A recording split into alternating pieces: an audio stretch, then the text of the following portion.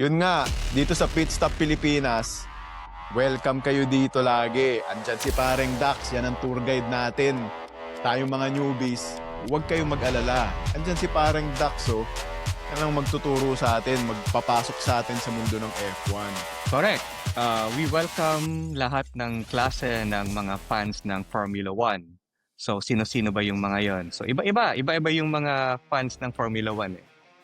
Kasi nga, iba-iba yung pina-follow nila, iba-iba yung rason kung bakit gusto nila ng Formula 1. Manood, magsubaybay, mag-research. Isa sa mga fans na yon is yung mga nerdy type. Sila yung talagang alam yung mga stats, alam yung history, o alam yung mga specifications ng kotse from the engine up to yung mga aero parts.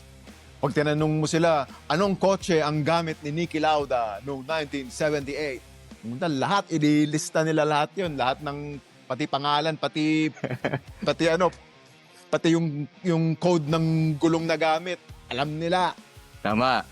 So sila yung mga maalam sa F1 na talagang mapupulutan mo rin ng mga different information. Marami tayong mga commenters, mga followers na ngayon sa TikTok kung saan talagang maganda yung discussion kasi nga iba-iba yung types ng mga followers natin. So isa pa, yung mga fans naman na mga team loyalists, yung mga tifosi dyan, yung matagal ng fans ng Mercedes-Benz, yung McLaren especially kasi matagal na rin sila sa Formula 1, and then Williams, yun, kahit sinong driver na ilagay mo dyan, stick pa rin sila dun sa team na yun. Para silang yung mga Ginebra, yung mga Ginebra fans. Ginebra.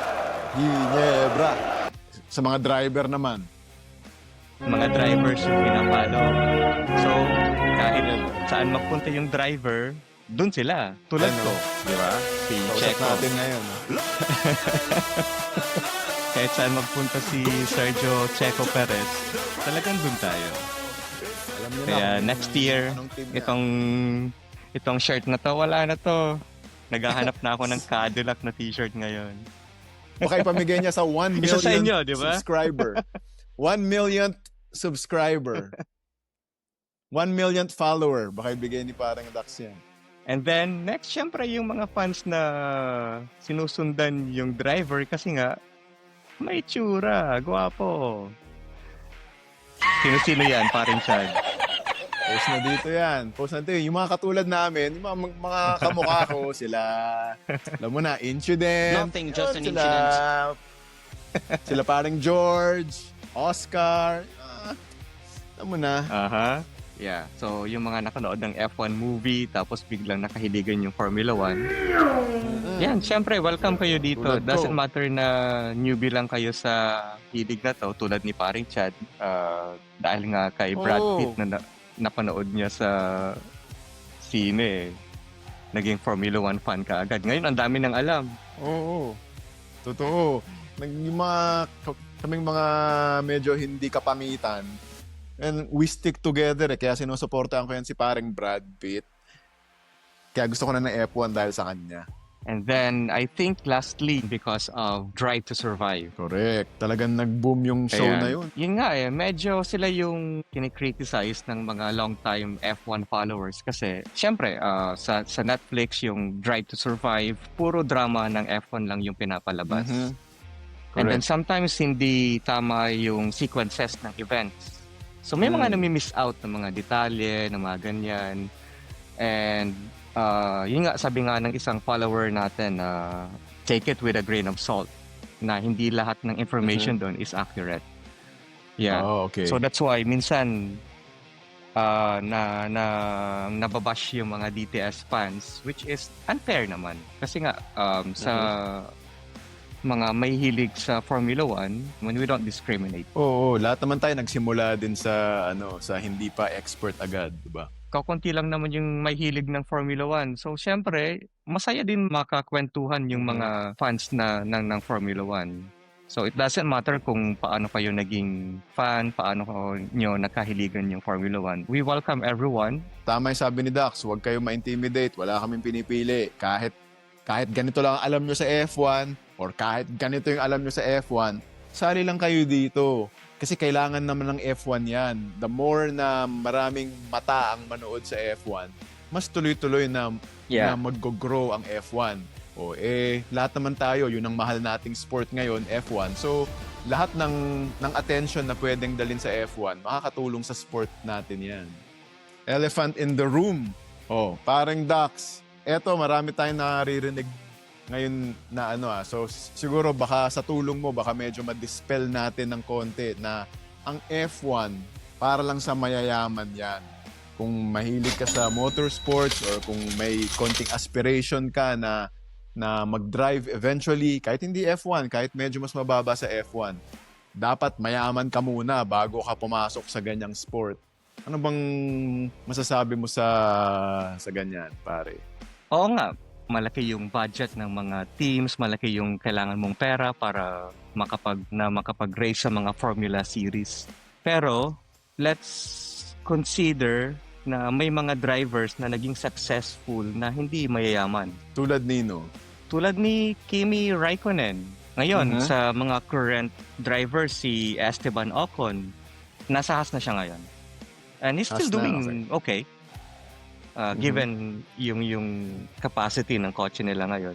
And then also, one of the legends, si Lewis Hamilton. Kita mo, hindi naman pala nagsimulang mayaman Diba? si Hamilton. Paano na pondohan ni Hamilton yung karera niya sa pag-F1 nung nagsisimula siya? May mga stories na yung tatay niya kailangan magtrabaho ng ilang jobs para lang masustain yung karting career ni Hamilton. Wow. Grabing support ng magulang para sa pangarap niya. Don't be discouraged kasi hindi naman lahat gusto maging drivers, di ba? May mga iba correct. dyan na gustong maging mekaniko ng Formula Yes. 1. Yung iba dyan gusto maging engineer ng Formula 1. Of course, maging designer yung mga mahihilig mag-drawing. So yan, so kung may pangarap kayo dyan na even if you're not gonna be one of the drivers in your own capacity, in your own talent, explore nyo kung paano. Kasi, for example, Exactly. for me, may tinanong ako, paano ba maging race steward? Kasi may nakausap ako doon dati sa race, dito sa Singapore, na dati siyang marshal. Sinabi sa akin kung ano yung mga trainings na kailangan, ano yung mga exams.